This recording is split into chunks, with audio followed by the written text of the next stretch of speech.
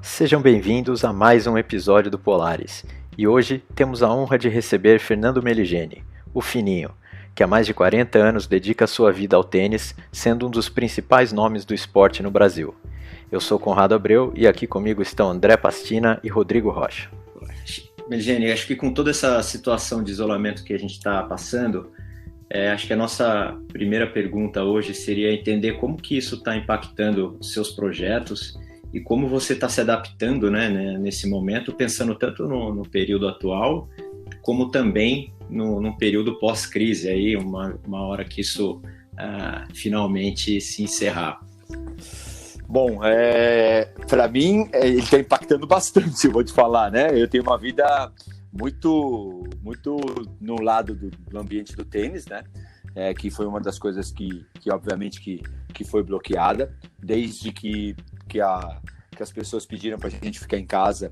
Eu estou em casa, estou há mais de 60 dias em casa já, desde o dia 14 de março, acho que é isso, 14 de março.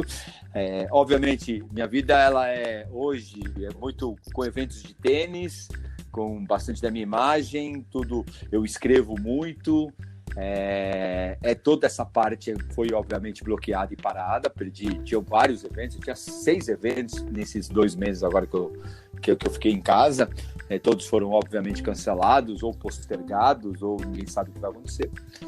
Sou casado com uma atriz, que também, de teatro principalmente, então também não tem nenhuma perspectiva nesse momento.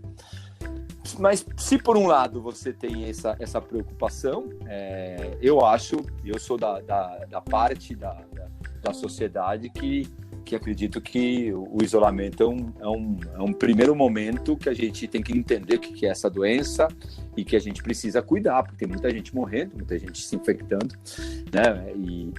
Mas está impactando demais. A única coisa que ainda funciona um pouco na minha vida é o começo de um projeto novo que eu estou fazendo, de curso online de tênis, né? Que eu, querendo ou não, já estava na porta para sair e saiu no meio da pandemia, que por um lado é positivo, porque a pessoa pode ter mais tempo para usar, e por um outro lado é negativo porque é um momento difícil de todo mundo, segurando dinheiro, preocupado com o futuro. Então estamos vivendo até aprendendo com tudo que está acontecendo. Acho que ninguém tem a resposta verdadeira, né? Então está afetando bastante, como todo mundo. Com certeza. E Meligeni, entrando um pouco na sua carreira, né? Você começou no esporte cedo.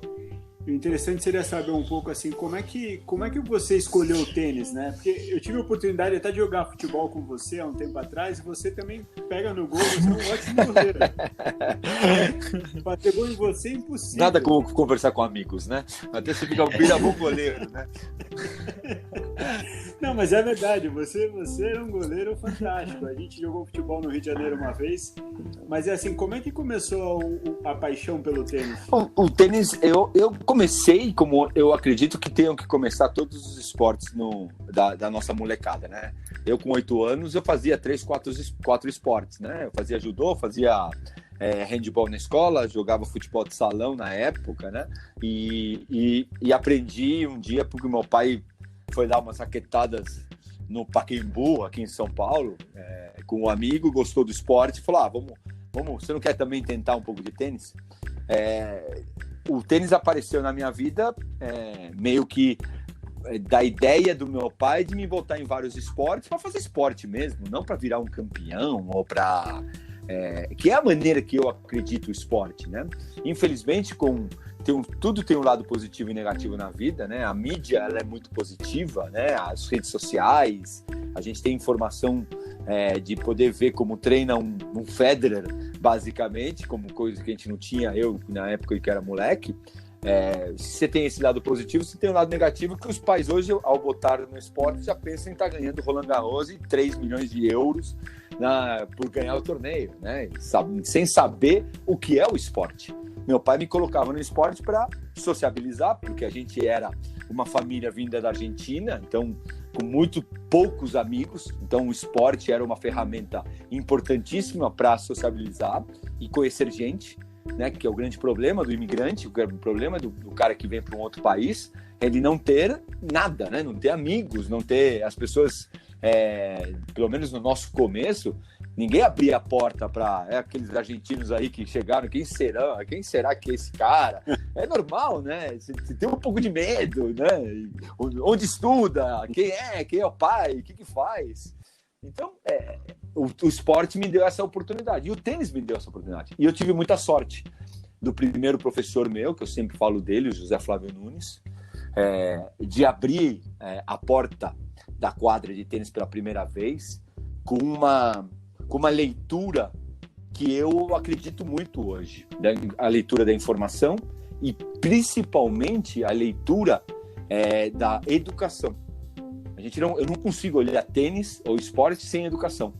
Ele me mostrou os valores. Primeiro dia, eu lembro, ele na hora que eu entrei, ele botou a mão assim, com todo carinho e respeito no meu peito, assim, me parando, falando assim, peraí, Fernando, seja bem-vindo ao melhor lugar do mundo, a quadra de tênis. É um lugar onde você pode sonhar, você pode ir para qualquer lugar, você pode imaginar que um dia jogarás a final de um Grand Slam. Você sabe o que é um Grand Slam? Então ele me colocou dentro do esporte não só para ganhar o título, mas sim para me fazer... Eu me senti na Disney, sabe? Aquela primeira vez que você entra na Disney, vê o Pateta, vê o Mickey, você fala, meu Deus, isso aqui é um conto de fadas. É assim que eu me senti a primeira vez que eu joguei tênis. Por isso que eu acho que eu tenho tanto carinho pelo esporte.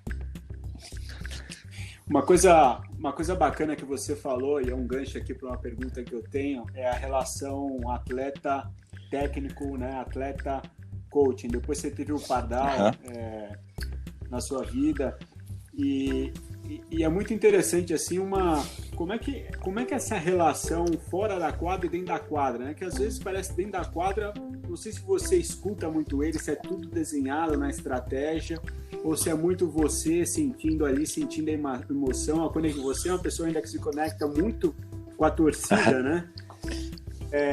Como é que é essa relação? Eu acho maravilhoso porque eu sempre faço essa analogia, né? Não sei de vocês se alguém tem chefe ou é chefe. O técnico da gente é o nosso chefe. Então a relação com o chefe, ela sempre é dúbia, né? Por um lado, é o mentor, é o cara que te direciona. Por um outro lado, o técnico ou o chefe, ele quer que você tenha um pouco de liberdade, criação, mas ao mesmo tempo tem uma hierarquia. Só que a diferença do tenista é que quem paga é o subordinado.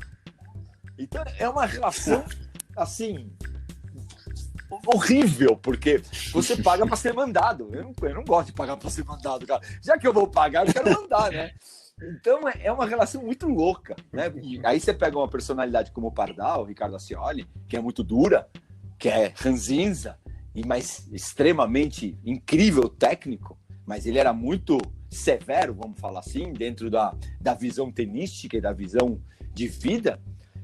E aí você tem que ganhar a discussão, muitas vezes, de um dia de treinamento que você não está afim, ou eu treinava muitas vezes uma pré-temporada em Angra dos Reis, maravilhosa, tinha uma casa incrível, e, treinava segunda, terça, quarta, quinta-feira de manhã, assim, 40 graus de calor, e chegava à tarde e falava para ele, Pardal, vamos pegar hoje à tarde e vamos dar um passeio de barco, vamos na praia. Ele olhava para mim e falava, não, você tem que treinar. E aí, essa hora, você fala assim, cara, eu sou chefe, meu. E o cara não deixa, sabe? Você querer matar o cara, assim, mas ao mesmo tempo não pode, porque, querendo ou não, ele tá levando você para o teu extremo. Ele tá querendo que você seja o melhor jogador, tá querendo que você seja melhor e melhor. Então, é uma relação muito complicada, mas ao mesmo tempo você também tem um outro lado que o técnico precisa entender que quanto mais você vai jogando e melhora e mais experiência você tem, os debates eles são muito mais construtivos. No começo o treinador fala e você faz, depois fala e você discute e termina levando, e no final, como um Federer da vida, ou um cara que já é 20 do mundo, 25, muitas vezes você escuta o teu treinador e você faz o que você acha que você faz, porque você confia muito. Então é uma relação muito difícil de lidar e de compreender. Por isso que é um prazo de validade, entre aspas, normalmente de 1 ano, 2 anos, no máximo 3 anos, que um jogador fica com o técnico. Meligeni, e falando nessa questão do coaching, do técnico, você tem um trabalho também de mentoria com jovens, enfim, jovens tenistas e tal. Eu queria perguntar se você acredita também no inverso, na mentoria reversa, né? Do que você aprende com o jovem. Você já pensou nisso? Tem algo que você aprende com seus filhos, enfim, com jovens tenistas, com você essa sabe moçada que tá vindo? que eu tenho isso na minha cabeça desde jovem, né? Todos nós temos algumas atitudes e algumas coisas que a gente faz que nos dão muito orgulho. As pessoas normalmente no dia a dia pensam só em resultado, né? Pensam em, eu ganhei o Pan-Americano, legal. Eu fui campeão de não sei o quê. Eu investi meu dinheiro na bolsa e ganhei 20%, legal. Eu acho que as grandes ações da tua vida são muito legais. E eu não me pergunte por quê. Eu, na verdade, sei um pouco, né? Por causa do meu pai, que meu pai sempre foi um cara muito meio neurolinguístico, o cara que gostava de jovens e se alimentava da experiência do outro, lia muito. Eu, quando comecei a jogar bem tênis, e eu treinava com o Pardal, eu me meti dentro do 100 do mundo, a primeira coisa que eu falei pro Pardal a gente precisa colocar os jovens para treinar com a gente. E o Pardal olhou para mim e falou, mas, cara, não tô entendendo. Ele falou, tá vendo aquele cara lá, o André Sá? É um garotão, tá sem grana, tá sem perspectiva, mas joga muito bem tênis. Por que a gente não bota ele para treinar? Eu pago você, ele paga, a única coisa que ele precisa pagar é a passagem dele, e ele treina com a gente. E ele viaja com a gente nos torneios. E o Pardal, na hora, o Pardal um pouco mais sisudo, né? mais duro, mas falou, mas qual é a tua intenção? Ele pode te passar amanhã. A gente vai dar toda a expertise nossa e ele pode te passar. E eu falei, Pardal, no dia que ele começar a apertar e quiser me passar, eu vou trabalhar mais que ele. Ele vai me levar para uma intensidade muito mais jovem. Ele tem 8 anos a menos que eu, 7 anos a menos que eu. Ele tem muito mais fome do que eu, porque eu já cheguei. Só que ele vai trabalhar mais e vai me obrigar a trabalhar mais. Só que eu tenho mais experiência que ele. Então vai ser uma disputa interna extremamente válida para mim. E isso eu fiz com ele, eu fiz com o Márcio Carlos, eu fiz com o Francisco Costa, eu fiz com o Simoni, eu fiz com vários dos meninos. Então, onde eu quero chegar com isso? Eu sempre percebi que o jovem tem muito mais. Ao invés de todo mundo estar falando, essa geração está acabada, só tem vagabundo, os caras só querem internet. Ao invés de ficar falando isso, é tentar entender o que eles querem. E exatamente foi assim que criei o bate-bola com o tênis brasileiro. Primeiro, doar para o tênis um pouco da minha da expertise, que aí entra uma outra frase do meu pai: não se vá desse mundo sem devolver ao tênis tudo que ele te deu. Que isso, para mim, é o maior ensinamento e é uma das coisas que deveria ser um alicerce de todo mundo. Porque naquele dia que ele falou isso, em Angra dos Reis também, num bar, meu pai era velejador também, era fotógrafo, mas adorava velejar.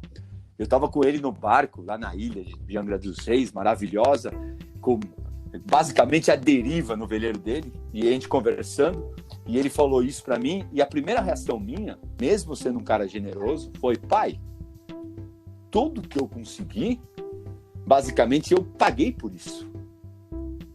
E foi a hora que ele falou: você acha que o Nunes recebeu o suficiente? Você acha que o Pardal recebeu o suficiente? Você acha que todos os treinadores, todas as pessoas que te deram expertise, receberam o suficiente do que você ganhou? Você acha que você não tem que devolver o tênis? Você tem que devolver o tênis. Porque isso é um ciclo. Você vai embora e o tênis vai ficar. E eu acho que isso é um pouco... Eu aprendi muito isso na vida. Então eu sou um pouco revoltado quando as pessoas me veem batendo. E eu sou um pouco, duro, dedo duro, assim, de às vezes, quando eu vejo um cara, por exemplo, nessa pandemia, sou a favor de A, de B, de C. É apenas sou a favor da vida. Tá um monte de gente morrendo e tem cara passeando na rua, dando risada dos outros. Né? Então, então você é contra o presidente, a favor do presidente? Não tem nada a ver. Eu tenho minha posição. Mas o que eu não consigo entender é que se você não precisa, se você não está morrendo de fome, se você pode ficar em casa, por que você não fica? É a regra número 1 de olhar para o outro, exemplo para o outro, principalmente as pessoas públicas, postando em festinha, postando em jatinho. Para, meu, não é hora. Todo mundo tem direito a fazer o que quiser, mas isso não é uma hora de fazer isso, entendeu? E é um pouco o que eu percebo. A gente precisa dar mais do que receber. A gente já recebe muito, vamos falar bem a verdade. Né? Eu já recebi muito da vida. Então eu tenho que dar um pouco também de volta, e é isso que eu faço com jovens, dentro do que eu posso. Perfeito. Sensacional. Você falou do André Sá, outro tenista mais jovem que você, foi o Guga, né? Como que foi essa troca com ele, já que a gente tá falando de troca? Você foi dupla com ele, ganhou títulos com ele como dupla também, jogou contra? Conta pra gente um pouquinho dessa relação, que a gente sabe que é rica. Olha, eu tenho muito orgulho de poder falar que eu tive muita sorte, né? Por um lado, sorte e azar, né? Azar porque ele apareceu da minha geração e ele me destruiu, né? Eu era o número 1 do Brasil, de repente aparece uma Ferrari dessa, passa por cima, né? Virei uma Brasília, né? Mas tudo bem, faz parte, né? Todo mundo tem um Michael Jordan na época, na vida, né? Ou o Maurício do vôlei, seja quem for, né? Mas, ao mesmo tempo, eu tive a oportunidade, eu sempre falo que eu sou o cara que mais convivi com o Guga em toda essa história dele, de dentro do quarto. Como a gente era muito amigo, a gente se dava muito bem, e essa relação técnico-jogador sempre foi muito dura. A gente viajava 30 semanas por ano, então a gente botava nossos técnicos juntos e a gente ficava no quarto junto dando risada. Então a gente tem histórias de compras de CD, histórias de mulherada, de balada, de treino, de tristezas, de um consolando o outro porque a namorada não pé na bunda, e tudo, entendeu? Se for olhar, foram 5 anos, basicamente, convivendo todo dia. De eu saber exatamente nessa semana, quando muito engraçado, né? Mostraram um jogo meu contra o Mantilha no Band Esportes. Aí quando acaba o jogo, mostra meu pai e minha mãe, tinham duas meninas, uma menina super bonita atrás, e eu com minha esposa. Ele falou, que é tua namorada? Né? Tipo, namorada da época, de 99. Eu falei, não, essa era a namorada do Guga. Né? Como assim? Não, era a namorada do Guga vendo meu jogo. O Guga também tava lá jogando, né? Então, umas coisas... A gente convivia muito, a gente vivia muito, né? Então, eu sei muito da história dele, as duplas que a gente jogava, as bagunças que a gente fazia. Era uma relação muito legal. O Guga é um cara... O Rodrigo deve ter conhecido também na época que a gente vivia muito na casa do Edson, tanto em Pasadena, tanto em Búzios, e o Guga várias vezes esteve com a gente, esteve em Pasadena lá também. Era um cara super, super tranquilo, né? Óbvio, ele ficou muito grande, então fica muito chato, né? Eu sempre falo que esse tamanho do Guga, tirando o dinheiro que o cara ganha, o resto tudo ele é duro, porque eu prefiro muito mais a minha vida do que a vida do Guga, entendeu? No sentido de idolatria. Eu sou um cara mais low profile, gosto de andar na rua sem muita bagunça. Ele é um cara extremamente popular, absurdamente popular, então, mas é um cara sensacional, riquíssimo, né? No sentido de engraçado, rápido de pensamento, inteligente, muito legal conviver com ele. Legal, Meligeni. É o Conrado novamente. Você comentou um pouquinho do Guga, né? E onde ele chegou. E você teve uma trajetória muito bonita também, né? Uma trajetória de muito sucesso. Você foi campeão dos Jogos Pan-Americanos, né? Medalha de ouro, ganhou o título da ATP. Jogou bem em duplas também, foi semifinalista de Grand Slam, né, em Roland Garros, e eu tenho certeza que você tem muito orgulho de tudo que você conquistou. Mas se eu pudesse te fazer uma pergunta, assim, se você pudesse adicionar mais uma conquista no seu currículo, o que você gostaria de ter vencido? Um Grand Slam, uma conquista de Copa Davis com o Brasil, ou uma medalha de ouro olímpica? Nossa, que duro, hein? Vamos lá. Se você olhar pessoalmente, né? Obviamente, todo mundo, não vamos ser hipócritas, e o que menos sou na vida é hipócrita. Você tem o lado pessoal, que te dá aquela alegria quando você está em casa sozinho, conversando com teus filhos. Se você perguntasse para mim isso, eu te falaria ganhar um Grand Slam, ganhar Roland Garros. Sem dúvida nenhuma. Se você olhar isso pela importância que você se transformaria, eu acredito que seria a Olimpíada. Tenisicamente, seria a Copa Davis. Olha como é louco, como é abrangente, né? Porque é isso, às vezes as pessoas esquecem de lembrar, e principalmente quando criticam ou enaltecem um atleta, ou um ator, ou um jornalista, seja quem for, ou um empresário, eles esquecem que tem um lado pessoal ali, né? E olham só como torcedor. Como que esse cara fala que Roland Garros? Puta egoísta. Não é egoísta não.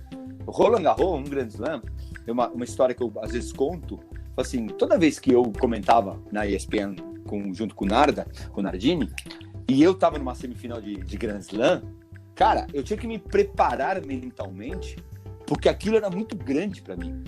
Porque eu lembro que a primeira vez que eu fiz isso, eu não lembro se foi em Wimbledon ou foi o US Open, que eu fiz essa primeira semifinal, e eu parei pro Nardini e falei, Narda, tem umas horas que eu me desconheço.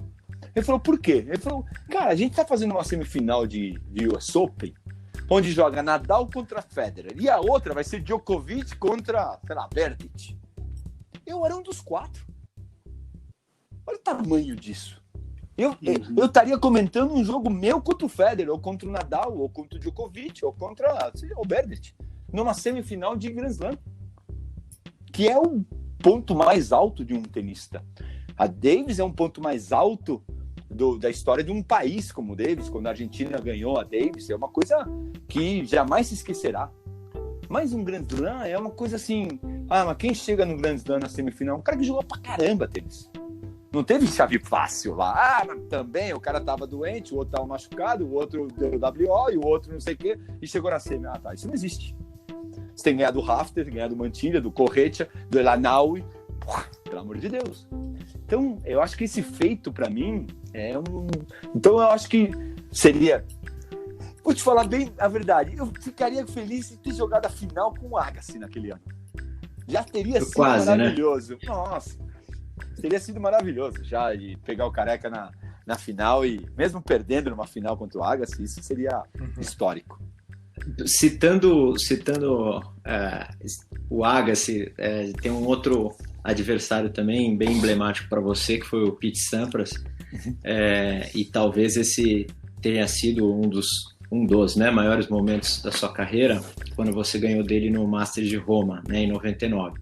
E antes de eu fazer a pergunta, só para dar um pouquinho de contexto, fazendo um paralelo com uma história mais recente, de 2016, também no Masters de Roma, né, o Tomás Bellucci encarou o Djokovic pelas oitavas de final, e no primeiro set ele já emplacou um pneu, ganhou de 6-0, atropelou o Djokovic no primeiro set, mas ele acabou perdendo a partida de virada, né, de 2-7.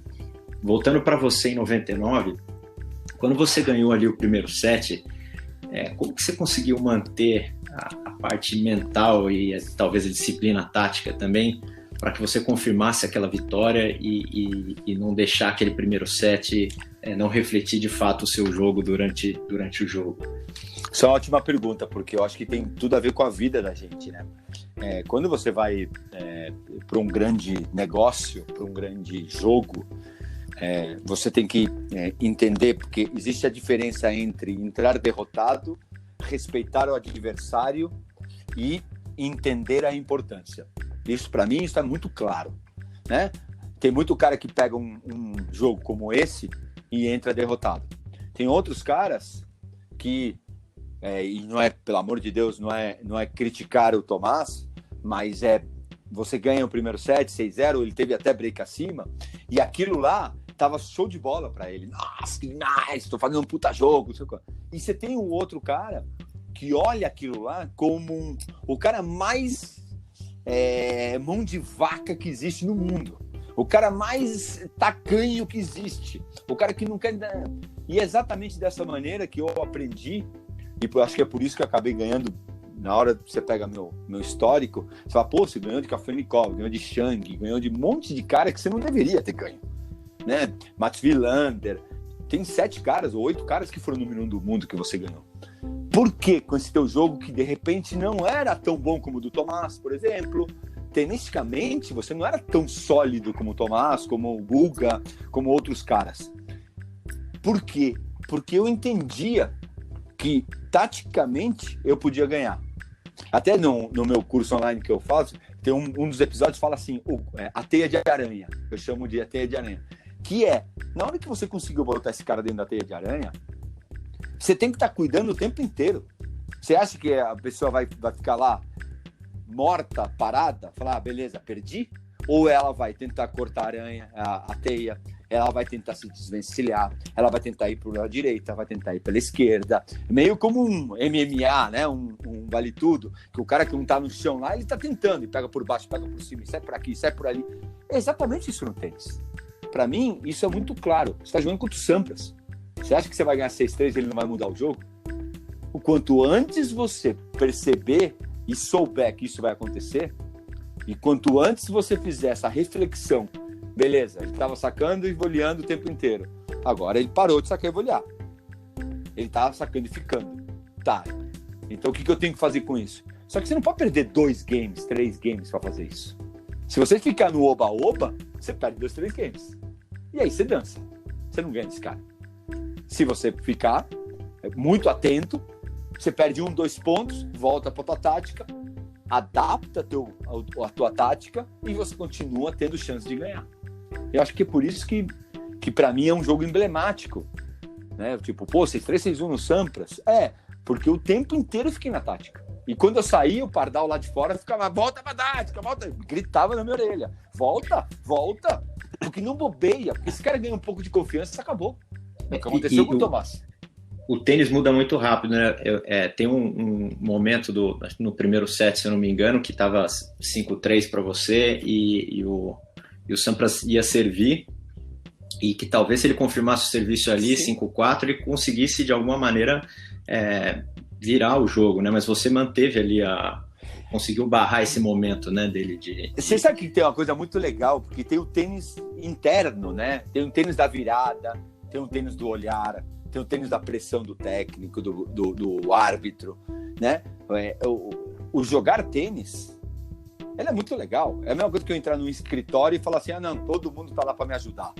Você sabe que tem 2 que estão querendo te sacanear, tem um que tá concorrendo com você pela promoção, então o cara não vai te dar o documento que tem. Isso é vida, né? E no tênis é a mesma coisa. O cara um Sampras, eu conto a história da andada. O Pardal me falou, a gente falou sobre tática, sobre técnica, sobre um monte de coisa no jogo. Ele falou, mas tem uma coisa que é mais importante que tudo isso. Eu falei, o que é? Ele falou assim, não olhe enquanto você estiver andando pra quadra. Aí eu falei, mas como assim não olha? Não olha pro cara, não olha pra cara dele. Ele vai ficar te encarando, não olha pra cara dele. Aí eu falei, mas por quê? Porque ele vai mostrar que você é um Meligeni. E ele é Sampras. E ali ele ganha 2 games. Ele vai te olhar com desprezo. Tipo, você é um coitado.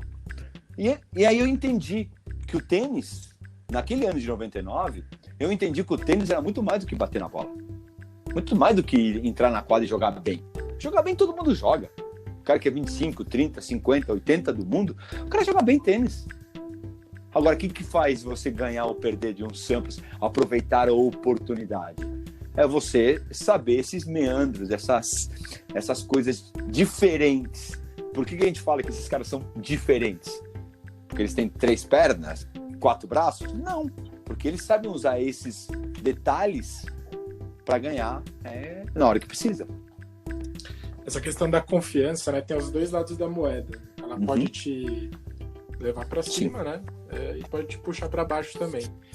Qual que você acha que é o ponto de equilíbrio entre você acreditar, ter aquela confiança e do outro lado o desprezo, que é esse olhar que eu acho que vai muito da característica de cada atleta, né? Tem atletas, você pega no tênis brasileiro, você pega o Tomás, como a gente estava falando do Tomás, é um cara mais para dentro, introvertido, mais tímido. Você não pode pedir para ele ser um Guga, um Meligeni, que fica lá gritando para a torcida, dando pirueta e dando risada no meio do ponto. Se fizer isso, não acerta mais nenhuma bola, porque é um estilo. Também você não pode pedir para mim ser um cara totalmente sério, porque também eu vou começar a chorar no jogo, né? Não tem jeito, né? É minha característica.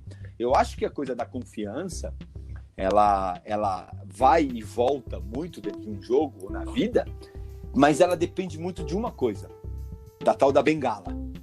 A gente está sempre aproveitando e dando culpa para outras pessoas e outros motivos. O tênis ele é um professor da vida, para mim, absurdo. Porque você entra numa quadra de tênis para jogar contra um cara numa situação hostil, porque pode estar chovendo, pode estar ventando, pode estar sol de 40 graus, o sol está a pino, pode estar ventando para a direita, para a esquerda, seja o que for. Tem dois caras lá tentando resolver o pepino, que está lá. E um dos dois, provavelmente, e sempre brinco que tem, lá onde você senta, tem uma fábrica de bengala. Toda hora que você levanta na virada, você vai lá e você tem a oportunidade de pegar uma bengala. O que eu chamo de bengala? Desculpa. E fala, mas hoje tá ventando, tá fogo, não dá pra jogar. Ah, não. Aí na outra virada você fala, nossa, o cara tá jogando demais, pegou a bengala. E vai. Ah, meu técnico falou pra jogar na direita, eu joguei na esquerda e deu errado. Ah, bengala. Então, a confiança, ela tá lá totalmente voltada com essa bengala que tá parada lá. Se você passar reto por ela toda hora e falar, cara, a responsabilidade é minha, o que eu tenho que fazer? O que eu tenho que resolver? Direita ou esquerda? Direita. É um esporte de escolhas. Escolhas. Você vai pela direita, você vou sacar aberto ou fechado? Vou meter a mão ou vou só colocar pro cara botar? E se der errado, aceita que dói menos. E resolve na próxima. Eu joguei muito mal esse ponto, eu sou muito burro. Tá, perdeu um ponto. Você não perdeu um jogo. Né? E isso é maravilhoso, né? Isso acaba sendo uma lição de Nossa, vida, né? muito. Não vale só pro tênis, né? E aí eu queria encaixar um pouquinho uma pergunta que era sobre lições de vida mesmo. O que o tênis te ensinou? Qual foi a grande lição de vida que o tênis te deu? E fora do tênis, o que você aprendeu que você... Dentro da quadra eu aprendi os valores da vida, eu acho. Eu aprendi justiça, que a bola na linha, fora é fora. Né? Eu não consigo pegar o que não é meu fora, eu não consigo dar jeitinho. Para mim a justiça é justiça. A bola é dentro, a bola é fora. Não tem mas foi 99% fora e 1% dentro. Tá, então foi dentro. Né? Pegou um pedacinho de linha, é dentro. Então, é justiça. Eu aprendi muito sobre hierarquia. Agora, acima de qualquer coisa, o que eu aprendi no esporte é que não tem nada impossível. Sem a bobeira, sem a utopia. Né? Eu vou ser presidente da Nicarágua. Não, você nem mora lá, como que você vai ser presidente da Nicarágua? Não vai. Né? Vamos ser bem sinceros, você não vai. Você tem 50 anos de idade, você vai morar amanhã na Nicarágua, você pode até ser, mas a chance é mínima, né? O que eu falo é assim, no esporte, muitas vezes, tem muita gente que fala que você não consegue, que você não é bom, que você não dá certo. Se você tiver oportunidade, se te derem oportunidade, 100% da responsabilidade é tua.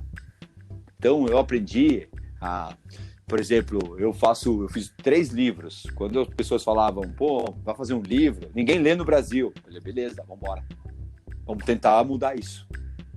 Então, eu aprendi que o não existe para mim.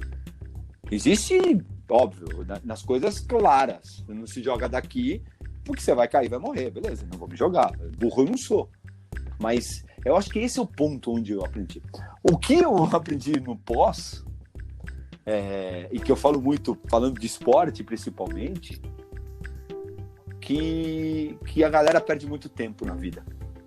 A gente perde muito tempo pensando bobeira, pensando que o gramado do vizinho é mais bonito, né? Que a live do outro tem mais gente, que o podcast do outro o som é melhor ou é pior. E, na verdade, o que vale é o que a gente faz. Sabe? É acreditar no teu produto. E o produto é você. Eu hoje tenho uma consciência que eu posso vender um curso, um livro, uma clínica e coisa. Mas se eu acredito, você pode falar o que você quiser dela. Eu vou continuar lutando e trabalhando a respeito do que eu acredito. Porque tem um monte... Hoje o mundo é destrutivo, né? É impressionante.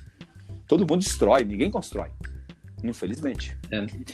Meligeni, aproveitando essa questão de assunto, de lições, né, dentro de quadra, você já teve algum momento de destempero, assim, a lá, Sareta gritando out ao cacete pro juiz, que você se arrepende? Eu tenho uma pior do que áudio cacete. O áudio cacete do Sareta foi basicamente uma briga com o juiz. Eu fiz uma grande besteira. Eu fechei um jornal nacional. Isso não é para todo mundo, né? Fátima Bernardes me chamou de bad boy. Isso é maravilhoso, né? Se você for olhar, sendo que você não é, né? Sendo que eu não matei ninguém, né?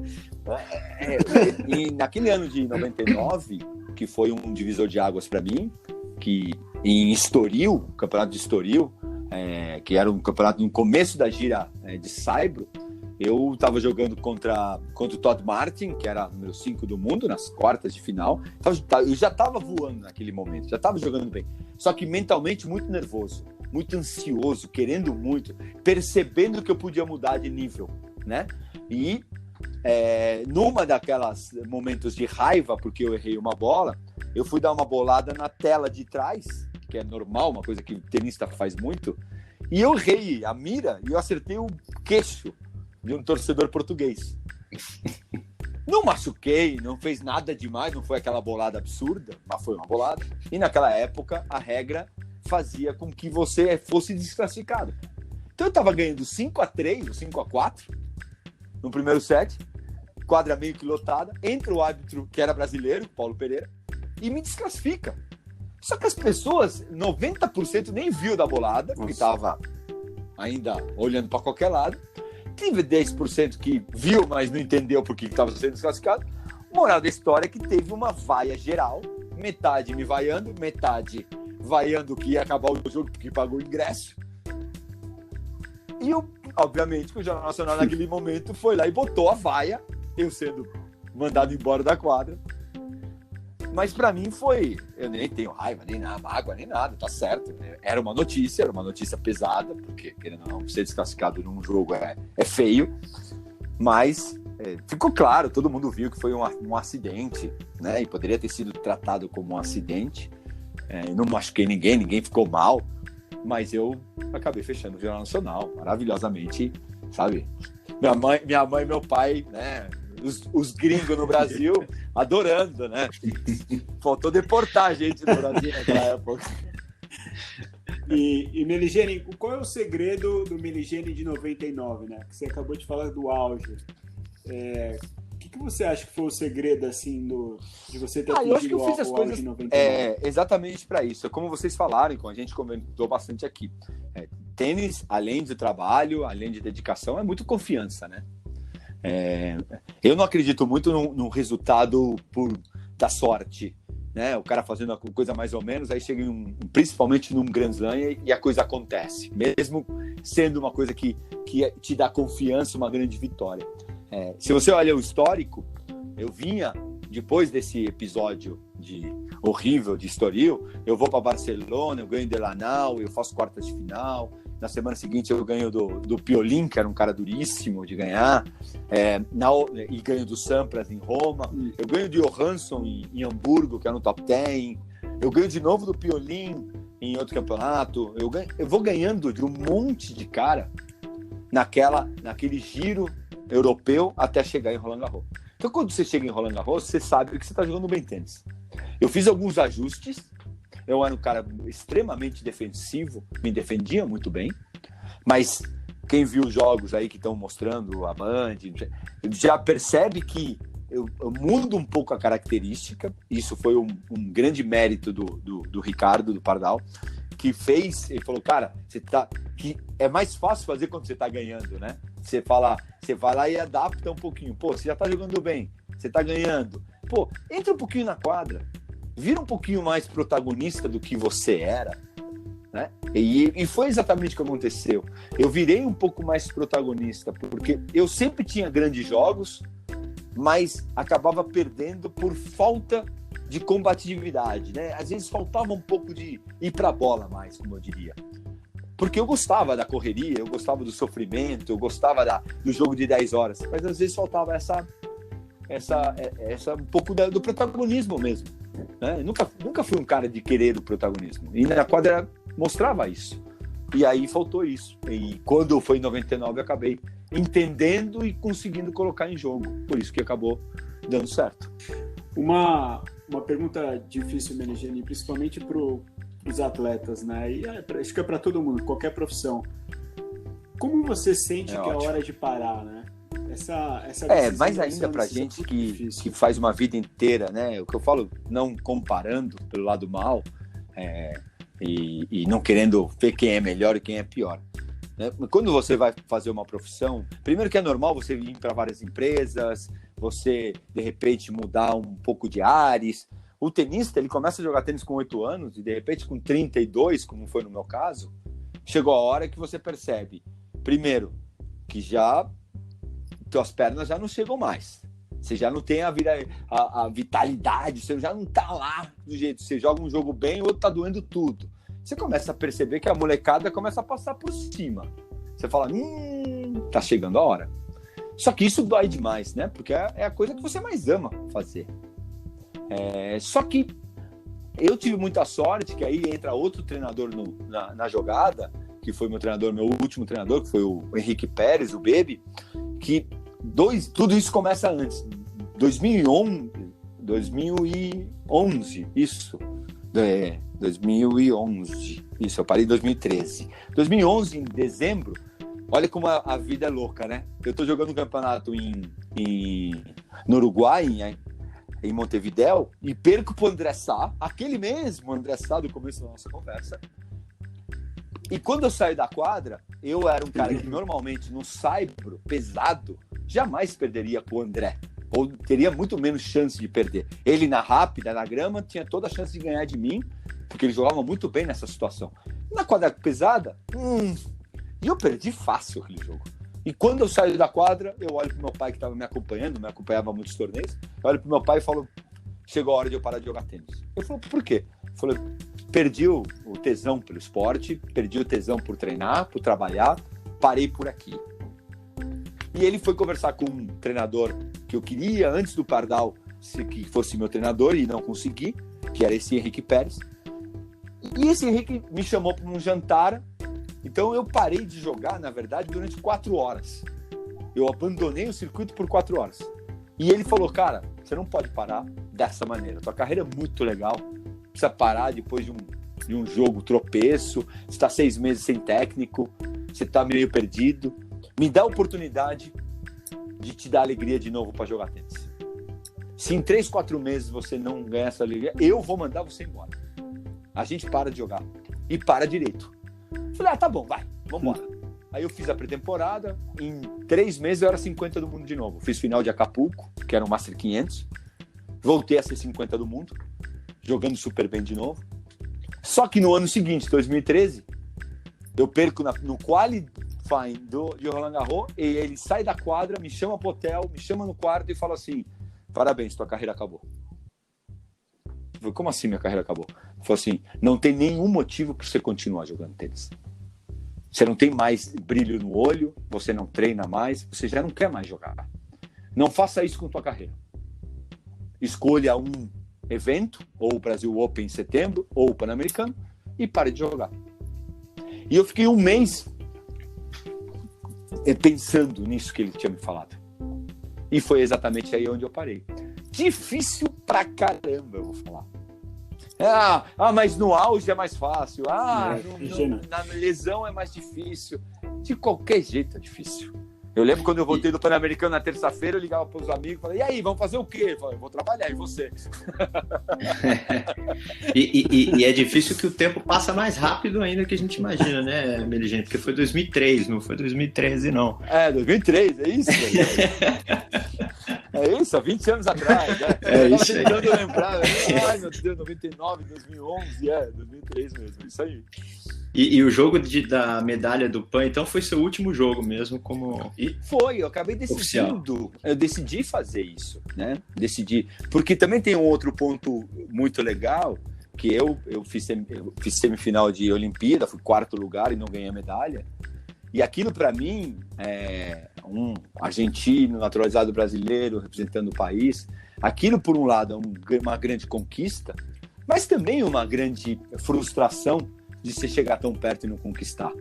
Um pouco, eu falo isso, as pessoas às vezes ou interpretam mal, ou querem passar a mão na minha cabeça no bom sentido, e eu falo, 2 vezes eu falhei. Dentro do auge, um atleta sempre quer ganhar. Agora, dentro do auge, eu cheguei muito próximo nas duas. E as duas eu tive chance.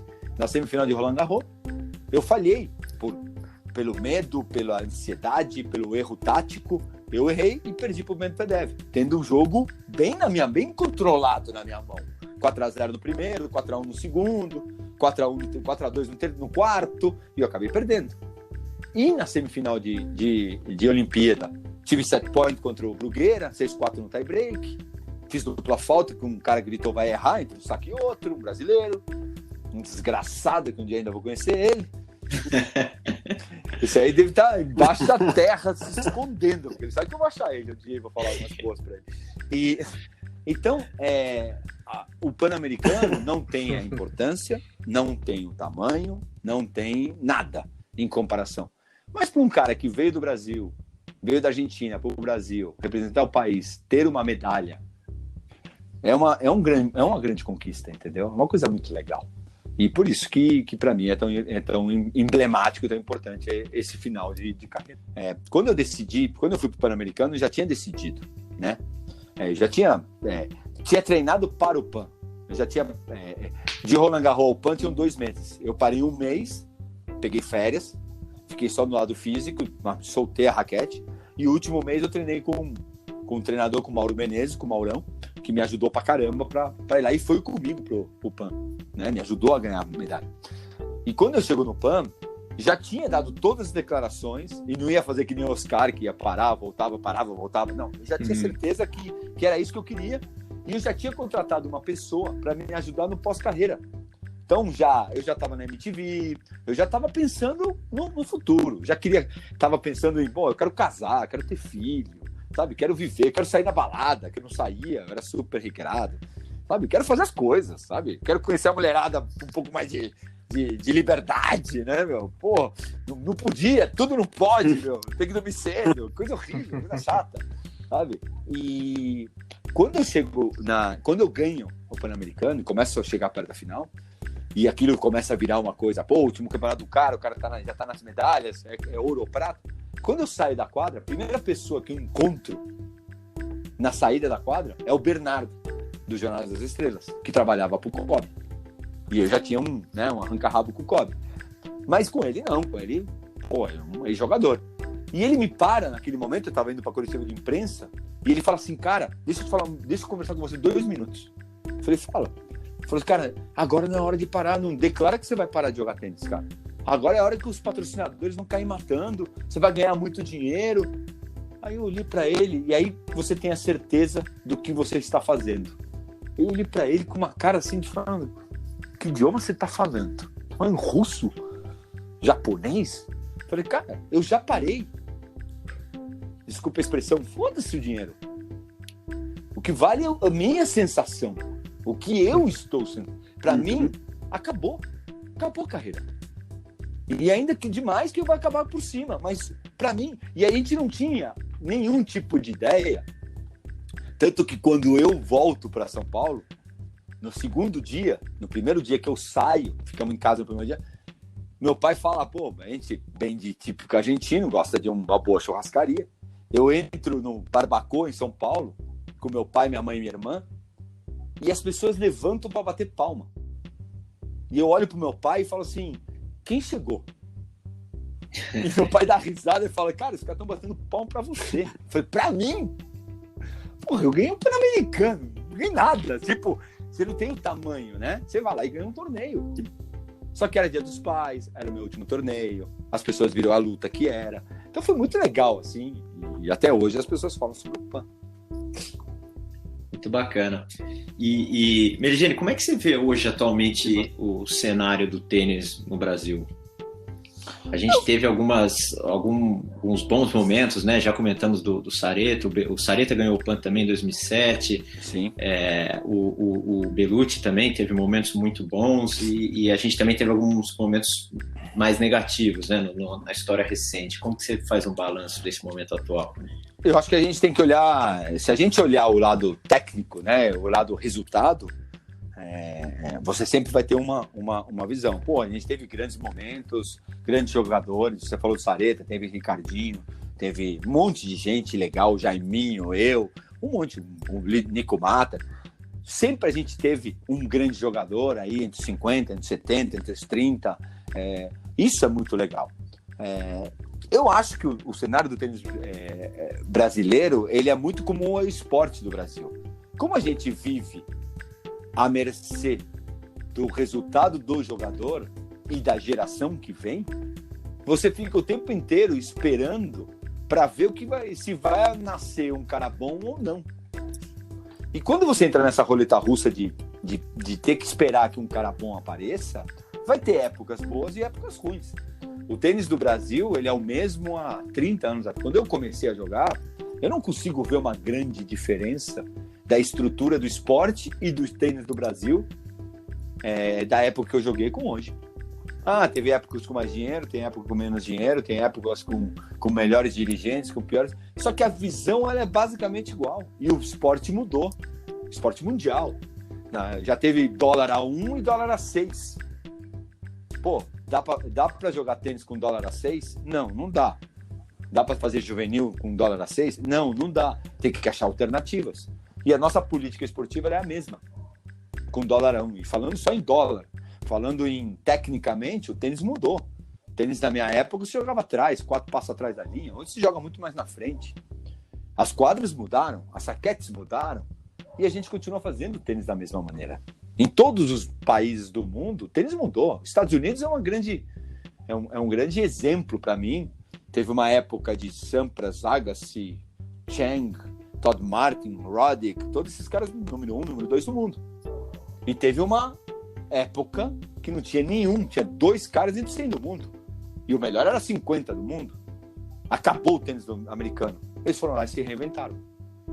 Mas eles fizeram um centro de treinamento, trouxeram estrangeiros para cá, para os Estados Unidos. Hoje eles têm 17 entre os 100 do mundo, 16 entre os 100 do mundo.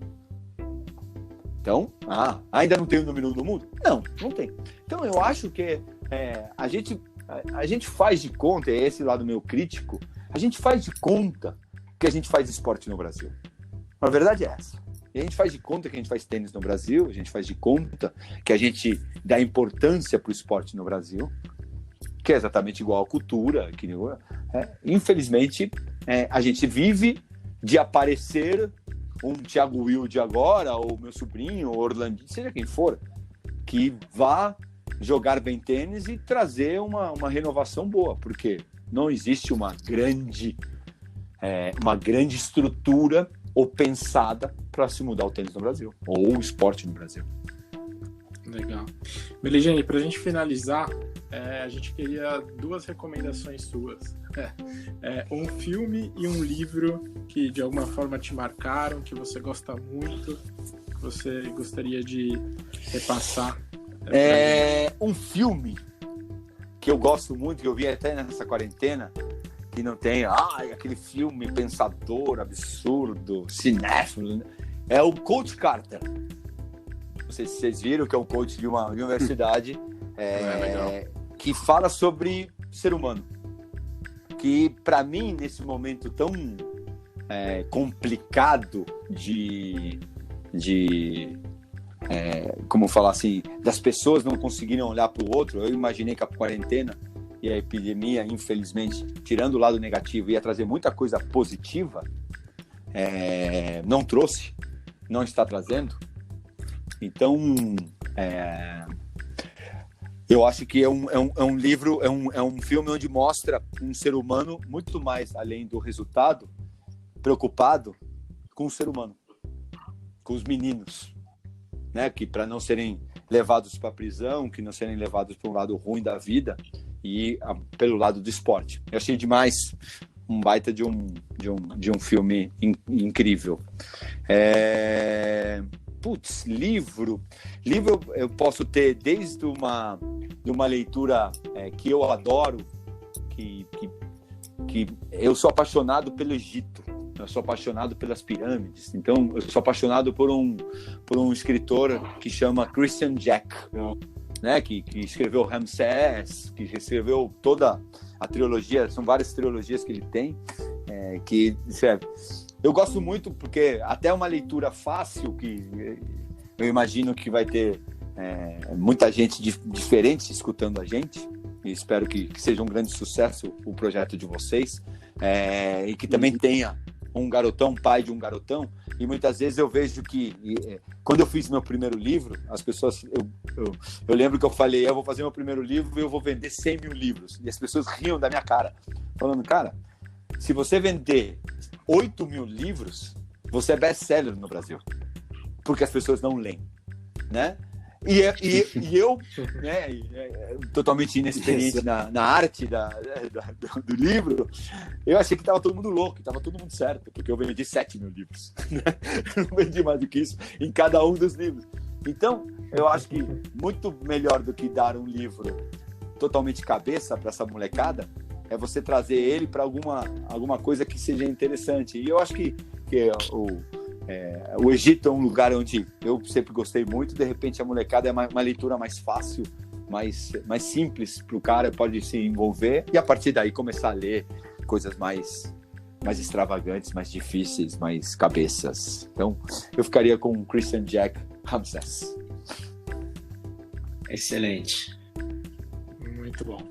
Fantástico, Meligeni. Só tem que agradecer você por ter aceito o convite e ter disponibilizado esse tempo para passar esse conhecimento. Que isso. Eu que agradeço. Desejo todo sucesso do mundo. Também. Contem comigo sempre, tanto na divulgação quanto se um dia eu puder voltar e falar mais. Vai ser um prazer.